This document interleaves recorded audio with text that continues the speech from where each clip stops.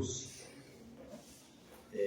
eu senti, já tinha alguns dias que eu queria fazer uma visita ao superintendente da congregação, presbítero Elisaldo. Portanto, eu estou com um novo celular, porque o meu primeiro celular queimou a placa e eu fiquei impossibilitado, tive que conseguir um novo, porque estou dirigindo uma congregação próxima, congregação nova, Cidade de Deus 2, e a gente não pode ficar sem contato. E nisso eu perdi o contato do presbítero Elisaldo. E aproveitei uma carona que o Samuel, esposo da irmã Eliana, congrega ali na Cidade dos Dois, me deram para aqui, mas dias atrás nós estivemos orando pela família do presbítero Elisaldo, o qual até pediu oração, e os irmãos sabem do que se trata, pela filha, para que Jesus possa recuperar a saúde. Glórias a Deus. E estamos aqui para adorar a Jesus Cristo em espírito e em verdade. Por isso, o segundo pastor local, presbítero Valnei, que também já fora capitão de 1000, número 2, aqui da sede de setor de Tancredo, e o companheiro que nos ajudou ali, fazendo ali a gravação. Deus abençoe o senhor. Obrigado às irmãs que nos ajudaram. Queridos, abra a sua Bíblia mesmo sentado. Quero compartilhar com os irmãos algo que Deus colocou no meu coração. Está em João Evangelho, aí mesmo sentados, porque às vezes eu leio mais de um versículo, para não cansar muitos irmãos. João Evangelho, capítulo de número 2.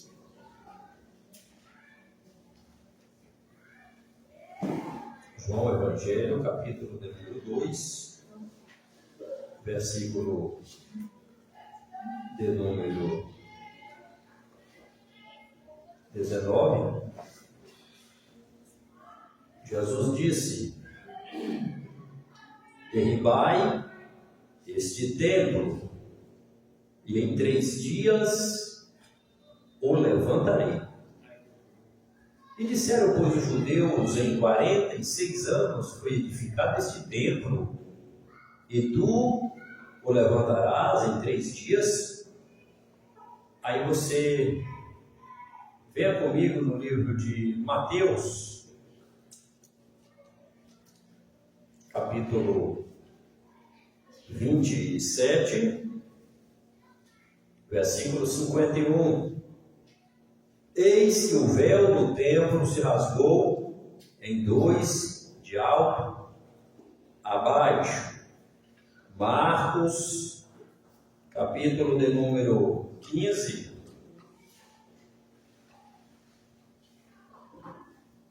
versículo 38. E o véu do templo se rasgou em 2, de alto a baixo. Lucas Evangelho, capítulo 23,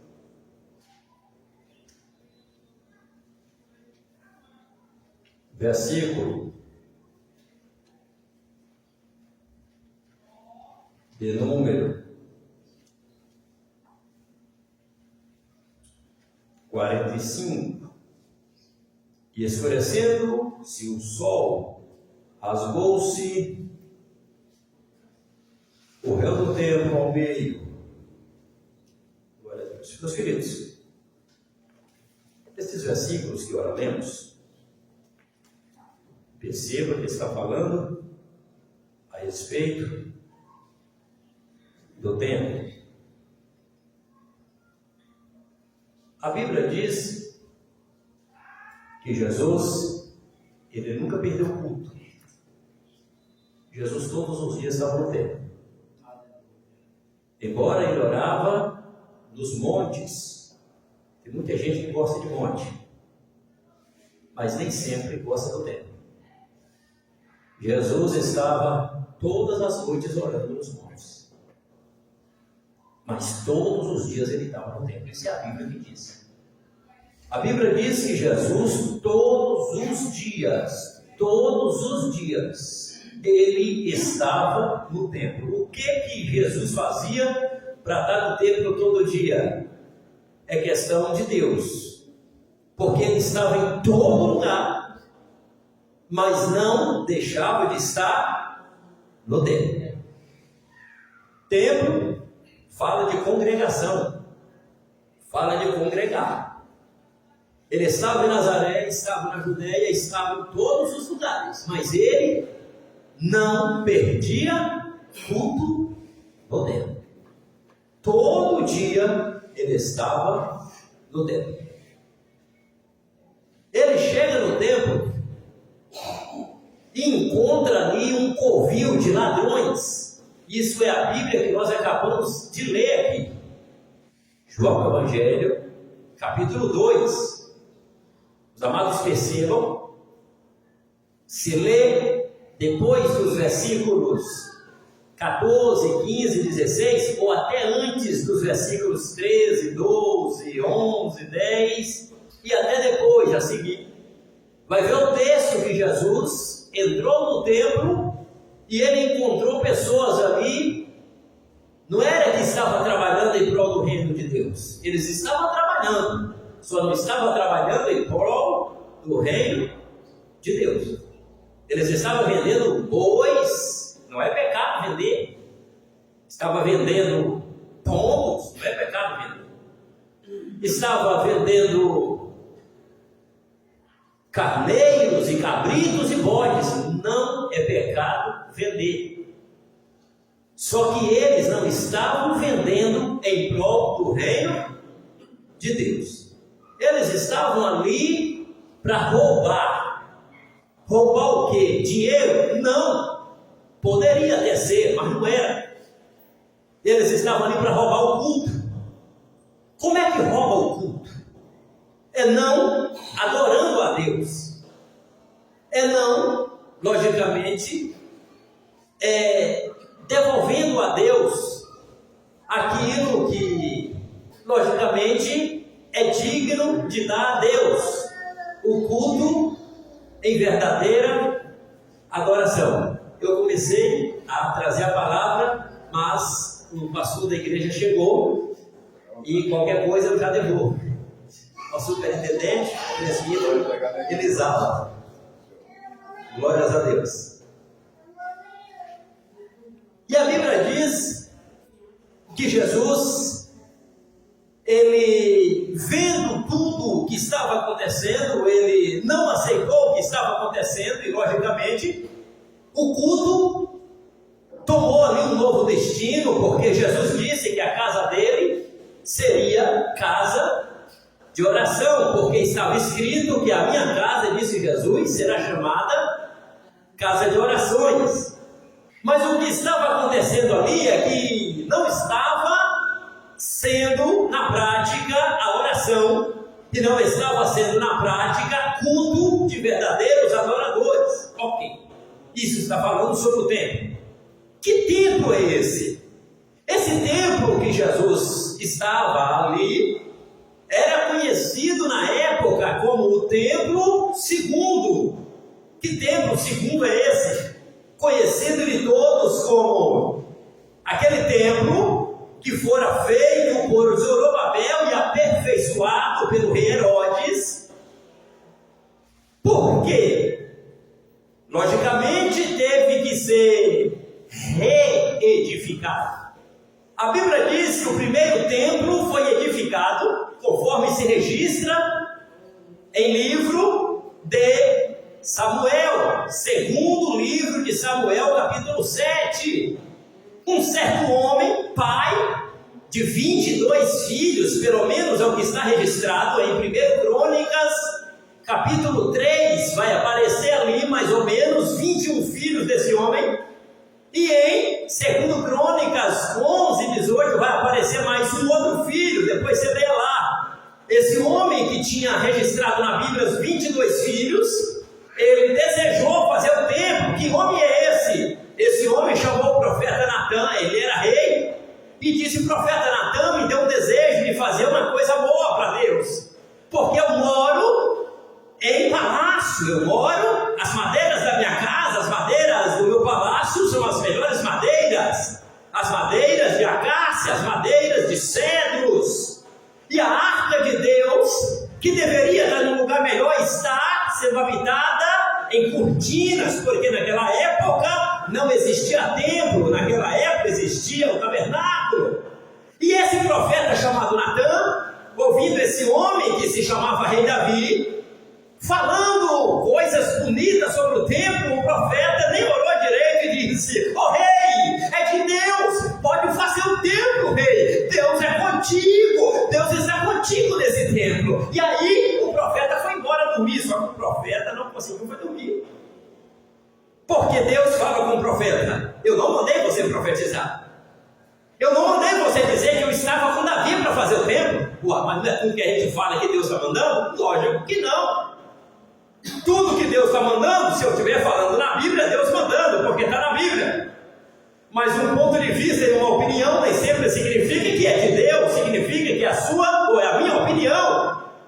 E quando o profeta Natã fala para o rei Davi: vai, faça o templo, porque Deus está contigo, faça o templo porque é de Deus. Deus não mandou ele falar isso. Aí Deus diz: agora você volta e vai falar com o rei Davi que eu não mandei você falar. Você falou porque você quis falar, profeta Natã. Oh Deus, mas eu achei bonito, mas eu não mandei você falar. O profeta só pode falar aquilo que Deus manda. Se Deus não mandou falar, é bom que o profeta diga: não foi Deus que mandou falar, eu estou dando a minha opinião, eu estou dando o meu ponto de vista. Aí o profeta voltou, e o rei Davi: olha, profeta Natã, o senhor voltou para falar a data de quando eu vou fazer o templo? Não, senhor rei, na realidade não foi de Deus aquela profecia, não. Mas não foi não, profeta Natã, não foi não.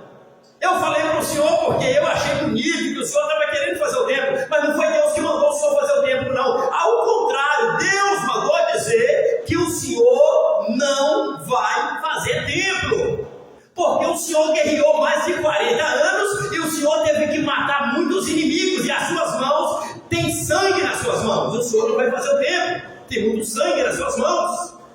Ah, mas só matou gente ruim. Verdade, mas o senhor está com a mão coberta de sangue. Quem vai fazer o templo não pode ter as mãos cobertas de sangue. Quem vai fazer o templo é alguém que vai sair de ti. E a Bíblia fala que Davi depois aceitou, e aquele negócio todo, morreu Davi. Mas antes de morrer, instruiu o seu filho, o rei Salomão, o qual, logicamente, virou rei e fez o templo. E quando ele fez o templo, é em Jerusalém. A Bíblia diz que o povo estava adorando a Deus, o templo de ouro e aquela coisa bonita. Nunca mais existiu um templo assim, falando materialmente dizendo, em Jerusalém, como aquele templo chamado Templo de Salomão, que se for calcular hoje na atualidade, daria bilhões, muitos bilhões de dólares, só em ouro que tinha naquele templo por dentro e por fora, ok? E aí, o povo era convocado para vir adorar a Deus dentro do templo. Eles não deveriam adorar o templo, eles deveriam adorar a Deus. Mas o povo não estava vindo com o coração verdadeiro para adorar a Deus. Aí Deus fala: profeta, profetiza, profeta. Aí os profetas começaram a profetizar: eis que vocês estão cantando, mas o vosso coração está longe de mim. E isso é os profetas profetizando: eis que vocês estão proclamando, mas os vossos corações estão longe de mim. Aí o tempo foi passando, mas o povo não estava arrependendo. O povo vinha para o templo, mas não adorava a Deus em espírito e verdade. O povo vinha logicamente para o templo, mas não cantava e não proclamava a Deus com o coração verdadeiro. Cantava com a boca, de acordo com os profetas, que dizia: vocês cantem com a boca, mas o coração não adora a Deus em espírito e verdade. Só que o povo não arrependia. Aí foi passando os reis, morreu, logicamente, o rei Salomão, quem fez o primeiro templo de ouro por dentro e por fora. Daqui a pouco veio Roboão, aí que a coisa ficou feia mesmo, que Roboão não quis saber de Deus. O rei dividiu, reino do norte, ficou o quê? Ficou Jeroboão, filho de Nebate. Então no reino do sul veio passando os reis, depois logicamente de Salomão. Salomão gerou Roboão gerou Abias gerou Asa gerou Josafá gerou Jorão gerou Uzias gerou Jordão gerou Acás gerou Ezequias gerou Manassés gerou logicamente Amon gerou a Josias, e Josias gerou os seus filhos, Joanã, e daqui a pouco veio outro filho de Josias, conhecido como Jeoiaquim, ou Jeoiaquim. Esse Jeoiaquim gerou um filho chamado Jeconias, que é o mesmo Conias, que é o mesmo Joaquim. Nenhum deles queria saber de Deus. Alguns reis queriam de Deus, outros reis não queriam saber de Jeová dentro do templo. E aí veio outros reis, como quem? Como Zedequias, Matanias, foi aí que veio, na época, logicamente, da invasão de Babilônia. Os profetas profetizavam dizendo: olha, vocês não estão agindo com o coração, cante, mas cante com a alma, adore, mas adore com a alma. Mas o povo não queria saber de cantar e adorar a Deus com a alma. O povo só movia a boca, mas o coração não movia. Aleluia. E aí a Bíblia diz que lá no reino do norte estava diferente. No reino do sul tinha templo em Jerusalém, só que o povo ia, mas não adorava a Deus em espírito e verdade dentro do templo. Eles iam para poder ficar observando o ouro do templo. Era muito ouro, era muita coisa preciosa dentro do templo, mas adorar a Deus que era bom, eles não adoravam em Jerusalém. Agora no reino do norte, lá não tinha templo. No reino do norte não tinha templo. E os reis lá do norte, o primeiro rei chamado Jeroboão, filho de Nebate, ele teve uma ideia satânica. O diabo colocou na cabeça de Jeroboão, filho de Nebate, que ele tinha que criar um meio de não deixar o povo ir para a igreja. Isso está na Bíblia, lógico que está. Ele colocou 2 bezerros de ouro, um bezerro em Canaã e um bezerro em Betel. Ele colocou na cabeça e proclamou dizendo: olha, para que o povo não vá para a igreja, para que o povo não vá para o templo, então ele fez 2 bezerros, colocou um bezerro em Canaã e um bezerro em Betel, para que o povo não suba para Jerusalém para adorar. Aí ficou o povo do norte tudo sem congregar. O povo do norte não queria ir para o templo em Jerusalém, o povo do norte não queria adorar Jeová em Jerusalém. Ficou tudo em Dan e em Betel adorando o bezerro de ouro feito por quem? Por Jeroboão, filho de Nebate. E a Bíblia fala que os profetas foram se levantando, os profetas foi logicamente profetizando contra a idolatria. Profeta novo veio, eles mataram e aquela coisa toda. Depois morreu Jeroboão, filho de Nebate, veio o filho dele chamado Nadab, que morreu também, adorando bezerro de Dan e bezerro que estava logicamente em Betel. Aí depois veio quem? Veio o tal de Baasa, adorando esses mesmos bezerros. E depois de Baasa veio o tal logicamente de Elá. Depois de Elá vão dar um rei chamado Zinri, adorando também os bezerros de Dan e os bezerros de Betel, mas não ia para o templo adorar Jeová. Ficava no reino do norte, mas não ia para a igreja, ficava lá adorando o bezerro de Dan e o bezerro de Betel. E a Bíblia fala que depois veio outros reis. Quem era? Um tal, logicamente, depois de Zinri, veio um tal de Onri. Depois de Onri, veio um tal de Acabe. Depois de Acabe, veio um outro rei chamado Jorão, Acasias. Morreu Acasias, seu irmão Jorão. Depois morreu Jorão, lá veio Jeú. A Bíblia fala que no reino do norte, o único rei que prestou no reino do norte se chamava Jeú. Jeú destruiu os 400 profetas da deusa Zerá. Mas aí a Bíblia fala que Jeú destruiu esses 400 profetas, porque Elias lá atrás havia destruído quem? Havia destruído 450 profetas de Baal lá atrás. Lá na frente, lá vem rei Jeú, no reino do norte, destruiu os 400 profetas, logicamente da deusa Zerá, profetas falsos que comia a mesa de Jezabel. Jeú fez uma limpeza, Jeú destruiu a idolatria, Jeú destruiu tudo, mas a Bíblia fala que os 2 bezerrinhos que estavam em Dan e que estavam em Betel, Jeú não destrói. Acabava com a idolatria que tinha no reino do norte, mas os 2 bezerros do norte, ele não acabou. Que estava em Dan, que estava em Betel, Jeú deixou. Que bezerrinho é esse? Bezerrinho é tudo aquilo que faz a pessoa esquecer de Jeová. Qualquer coisa que tira o crente da presença de Deus, qualquer coisa que tira o culto verdadeiro da presença de Deus, pode se transformar um bezerrinho de ouro. Sabe-se lá o quê? Que tira o foco da adoração, que tira o foco da oração, que tira o foco da santidade.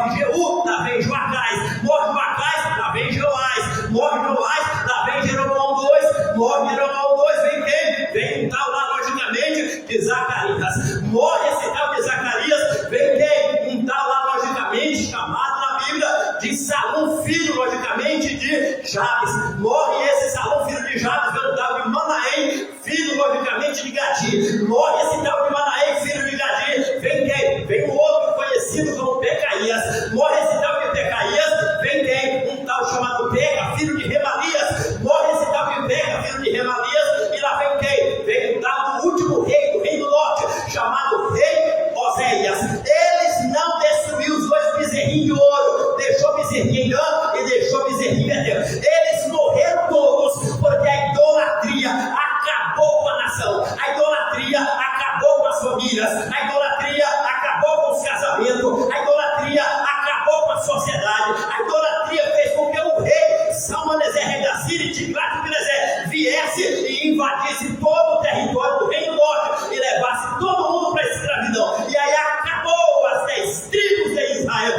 acabou as 10 tribos do reino do norte, por causa de dois demônios chamados bezerro de ouro, que estava em Dan e que estava em Betel. O povo não ia para o templo orar, o povo não ia para o templo buscar, mas ficava em Dan e ficava em Betel, adorando os bezerros de ouro. E aí acabou-se com a nação. Lá no Reino do Sul, templo tinha, o povo até ia para o templo, o povo não perdia de ir, mas o povo não estava adorando a Deus em espírito e verdade. Eles cantavam com a boca, mas o coração estava longe de Deus. Deus então manda Nabucodonosor vir para dentro de Jerusalém, cercou, destruiu o templo, destruiu a cidade, e o templo que fora feito por Salomão, o templo desabou, o templo caiu, foi destruído tudo.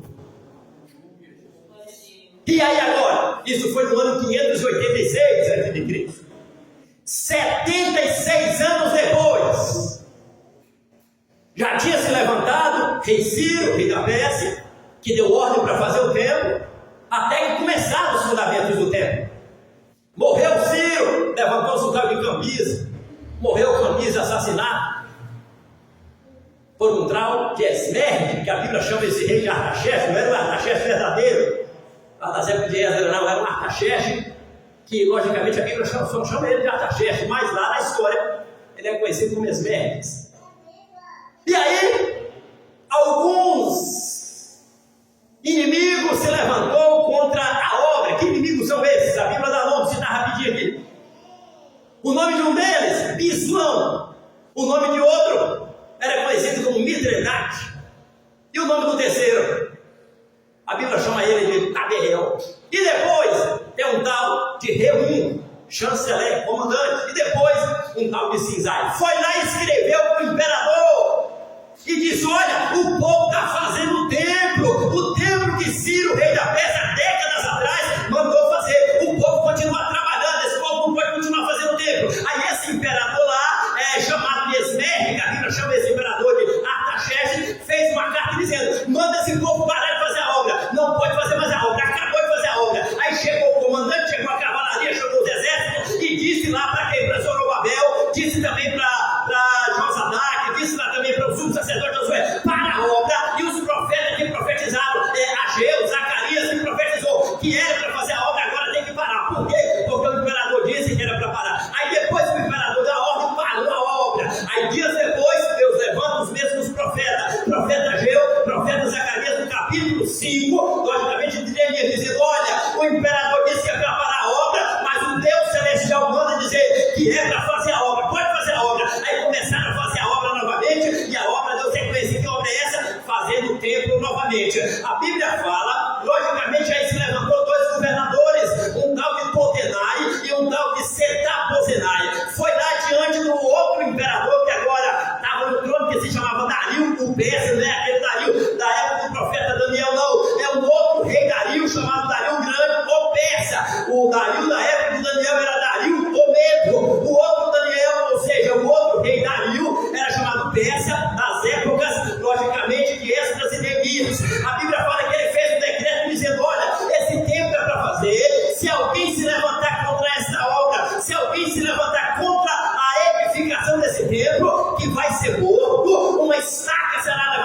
sua casa, vai arrancar e vai pendurar no madeiro todos os opositores da obra, todos os opositores do templo. Aí a Bíblia fala que o templo foi concluído, mais ou menos, a história diz que foi 516 antes de Cristo, aí o templo já estava feito, e nesse período levantou-se quem? Levantou-se Esdras, e Esdras então foi para poder ministrar culto no templo, e a Bíblia fala mais ou menos que alguém tentou se levantar contra Esdras, mas no livro de Esdras, capítulo 7, e versículo 26, ele tinha a carta do imperador Artaxerxes verdadeiro, que dizia: quem se levantar contra o escriba e contra o sacerdote Esdras será preso, será exilado, será mudado e será executado. Aí ninguém se levantou contra Esdras. Aí passou-se anos e anos depois, 13 anos depois, no ano 20º, porque Esdras chegou lá, logicamente no ano 7 de Artaxerxes, e no ano 20º de Artaxerxes foi Neemias. Neemias chegou lá 13 anos depois. A Bíblia fala que logo se levantou 3 inimigos da reconstrução. Neemias foi para fazer os muros de Jerusalém. A Bíblia fala que se levantou o cabo de Tobias, governador, logicamente, de Samaria. A Bíblia fala que se levantou um outro, Sanbalate, governador de Samaria. Tobias era oficial de outro reino, Amonita, e um tal de Gesem, que era da turma, logicamente, chamado dos árabes. Começou a tentar matar Neemias, começou a tentar perseguir Neemias, tentando, logicamente, desanimar o povo para não fazer o muro, logicamente, da cidade de Jerusalém. Mas a Bíblia diz que no final de tudo, logicamente, o muro foi feito, o templo já estava feito, e o tempo foi passando, e daqui a pouco veio o Novo Testamento. No Novo Testamento, então, já tinha um templo que antes de Jesus, logicamente, nascer, ou seja, Jesus é Deus, mas falando de Jesus homem, antes de nascer, 16 anos antes, Herodes tinha ampliado, tinha crescido esse templo, chamado Templo de Zorobabel, que na época de Herodes passou a ser chamado Templo de Herodes, porque ele ampliou, então 46 anos, logicamente, para ampliar e crescer um pouco esse templo. Aí quando Jesus entrou no templo, Jesus disse: derribai o templo, e em 3 dias eu reconstruirei. Eles disseram para Jesus: em 46 anos gastou-se para ampliar esse templo, e tu está mandando derribar o templo, e em 3 dias tu, logicamente, reerguer. Mas eles não compreendiam que Jesus estava falando do templo de seu corpo, que seria oferecido na cruz do Calvário por eles. Dias depois, 3 anos depois, Jesus com 33 anos estava pendurado na cruz do Calvário, e a Bíblia fala que alguém fala: desça da cruz, mas Jesus não veio para descer da cruz, Jesus veio para morrer na cruz, e a Bíblia fala que morreu Jesus Cristo, nosso Senhor, na cruz do Calvário. Alguém até achou que tinha terminado, alguém até achou que tinha acabado. Não! Ao terceiro dia foram procurar Jesus dentro da tumba, já tinha colocado Jesus na tumba, Jesus já tinha rolado uma pedra lá, alguém tinha rolado uma pedra enquanto Jesus estava colocado lá na tumba. A Bíblia fala que Jesus derramou até a sua última gota de sangue, estava dentro da tumba, já colocado na tumba do chamado José de Arimateia. Passou-se o primeiro dia,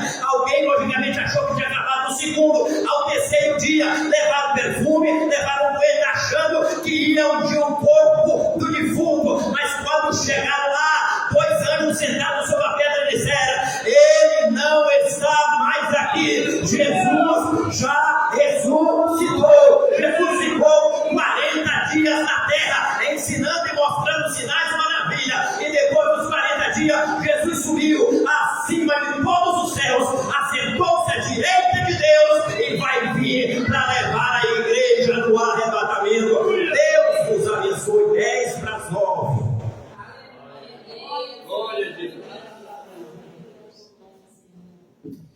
Graças a Deus. Saudamos a todos na paz do Senhor.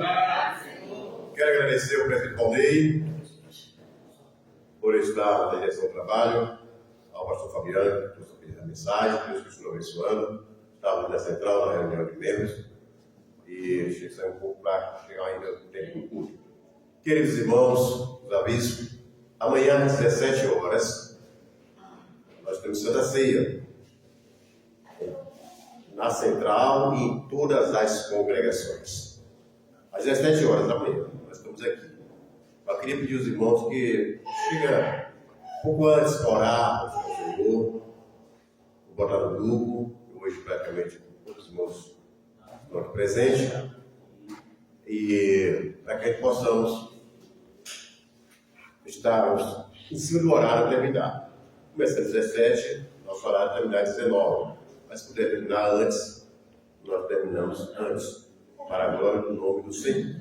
Meus santos irmãos, minha esposa não veio, minha filha chegou de São Paulo, chegou às 14 horas, graças a Deus está bem, e a minha esposa preferiu ficar com ela lá para...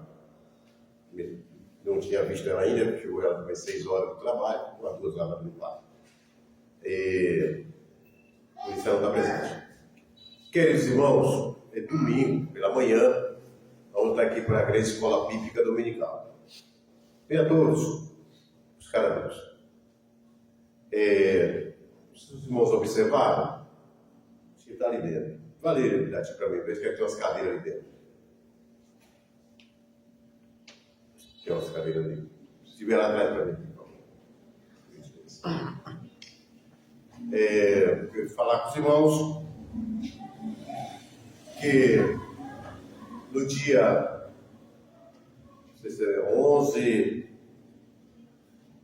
10, 11, 12, ou 11, 12, 13 de outubro, nós tivemos um trabalho com o setor, com o departamento infantil. Na sexta-feira vai ser na sede do setor, em outubro, da Semana das Crianças.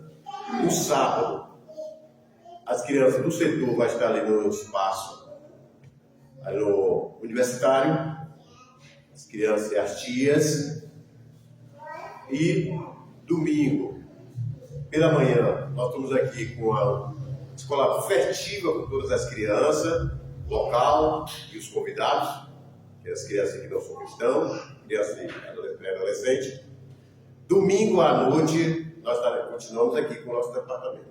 Lembrando os irmãos, vou colocar no grupo, nós temos um ônibus, conseguimos um ônibus, vai passar em todas as congregações. Vai sair lá no Ramalho, Luiz Eduardo, Barcelona, Sexto Setor e aqui a nossa congregação. Vamos em horário de manhã, esse é um sábado de manhã. Esse ônibus vai levar os irmãos, as irmãs, tias, não é para ir, que não são tios, confia na liderança, vai levar essas crianças e pré-adolescentes, tendo cuidado, se for criança de colo, turma de Alice, aí a mãe tem que dar, porque é difícil para controlar e vai ter uma piscina, então ter esse controle, vai ficar lá a partir das 6h30, 7 horas, vai ter oração, depois do café vão ter o lazer, almoço, palestra e logo às 16 horas encerra e volta para cá. Bem, são os nossos avisos. Queridos irmãos, eu pedi ao pastor algumas cadeiras. Ele mandou 5 hoje e mandou que eu viesse a ver a forma de comprar mais, apesar mais, pelo menos mais 5 ou 6. Mas eu fui ver, com preço, com desconto, só compra acima de 10. 10 cadeiras dessa aqui, se eu for comprar em qualquer loja, ela vai dar R$800. Qualquer loja que eu comprar, está R$80 a cadeira dessa. Porque elas são originais. Eu posso encontrar até de R$58 e R$60. Mas é uma cadeira que não tem. Açaí, não sei se é original, tem de 40 e poucos reais. Não é original, não, tive lá. É da Plena Plástica. E o plástico da Plena Plástica não compra, irmãos. Primeiro que recebe com rapidez. Mas eu consegui a R$ 39,90. R$ 39,90 eu preciso comprar 10. Porque eu compro o meu CNPJ. Mas eu só compro com esse valor. Menos vai sair 52. Então já fica um preço mais caro. Tem algumas cadeiras dessas aqui, que são 5 cadeiras, se não me engano, que não é da congregação. Nós trouxemos lá de casa para estar ajudando aqui o trabalho que estava faltando. As cadeiras da igreja são, se não me engano, são umas 5 tempos. Nosso grupo de adolescente cresceu. Domingo faltou local para ele sentar. Mesmo colocando banco, as cadeiras não deu a quantidade. Mesmo banco. Tinha 12, 13 adolescentes. E tem as nossas crianças maiores também, que aquelas cadeirinhas para crianças maiores também não dá certo. Então, são as cadeiras que vai ajudar.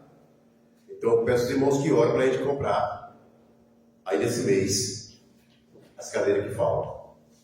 Porque também tem a escola dominical, nós vamos precisar das cadeiras que também servir para auxiliar o púlpito, e assim sucessivamente. Peço aos irmãos que orem por nós, é o projeto da igreja. Irmãos, você imagina a minha felicidade. Quando eu cheguei aqui, não estava fácil. Você tomar posse, olhar no grupo, tem 4 irmãos, né, irmão? Meu filho era uma das pioneiras, estava aí. E tinha 5 irmãos. O irmão domingo estava viajando. Mas no dia só estavam as 4 irmãs aqui no grupo e os dirigentes. E eu falei que Deus não ia deixar eu sair daqui sem ter um grupo de adolescente. Mas se falar isso, venceu um ano, 6 meses, que eu fiquei, não tinha um grupo de adolescente. Passou mais um ano, também não. Deus falou deixar ele mais um ano. E me deixou esse ano aqui. Hoje eu tenho visto aqui um grupo de adolescente, abençoado, um grupo de criança, e já estou vendo o embrião do grupo de jovem. E o grupo de jovem. Se assim Deus permitir, eu creio que eu sair, eu faço aqui um grupo de jovem. Para a glória do nome do Senhor. Então, queridos, continua orando por essa obra. Continua orando pelo pastor presidente. Continua orando pelo nosso setor. Ora pela minha esposa. As irmãs sabem quem é, a pessoa que é. A irmã Letícia não tem preguiça de estar lutando, de estar correndo atrás. A irmã Raia trabalhou junto com ela, sabe disso aí.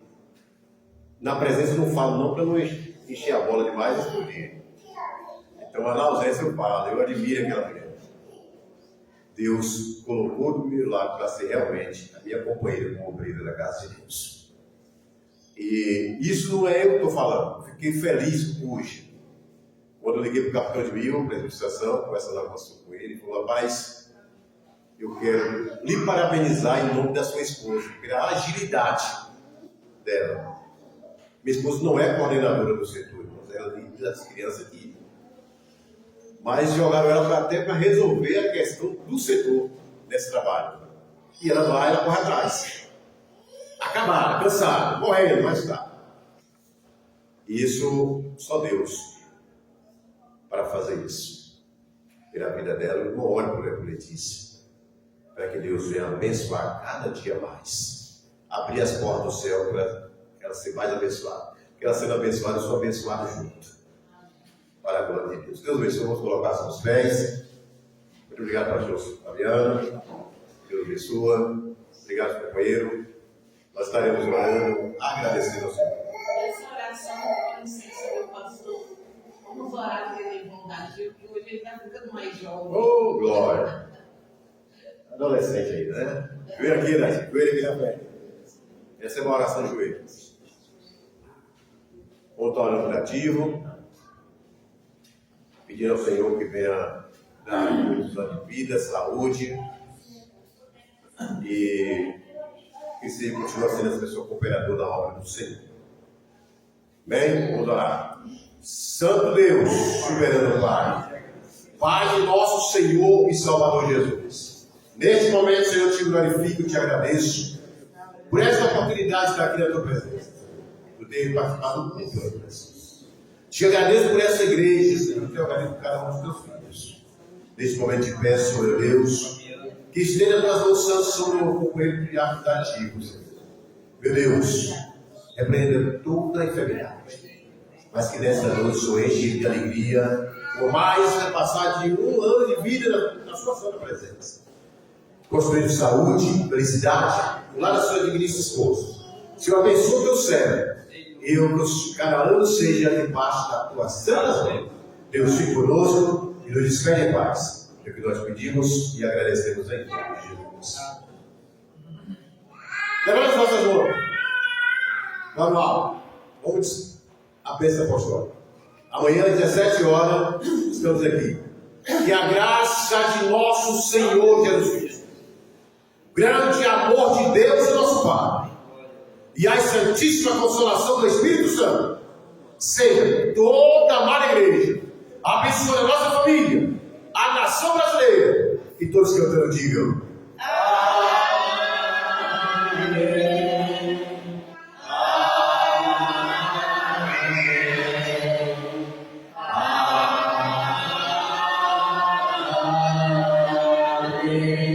Deus vai em paz em nome de Jesus. Nosso local é espiritualizado. Primeiro Deus e também para eles. É uma graça de Não, Deus. sim, eu sei que a mim, mas tudo bem. Não, Mostrar que a gente, pelo menos veio, Obrigado. estava lá e eu tinha esquecido, não